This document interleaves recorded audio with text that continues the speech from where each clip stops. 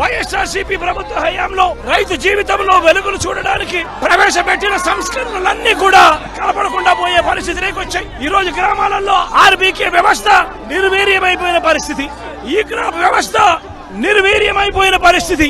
ఈ రోజు గ్రామాలలో రైతులను చేయబట్టుకొని నడిపించే ఈ ఆర్బీకే వ్యవస్థ ద్వారా గతంలో పంటలు కొనుగోలు జరిగేటివి. ప్రతి రైతు కూడా ఈ క్రాప్ కింద రిజిస్టర్ చేసుకున్న ప్రతి రైతుకు కూడా గిట్టుబాటు ధరలు వచ్చే విధంగా ఆర్బీకేలో ఈ మాదిరిగా పోస్టర్లు కనిపించేటివి. ప్రతి ఆర్బీకేలో కూడా ఈ మాదిరిగా పోస్టర్లు కనిపించేటివి.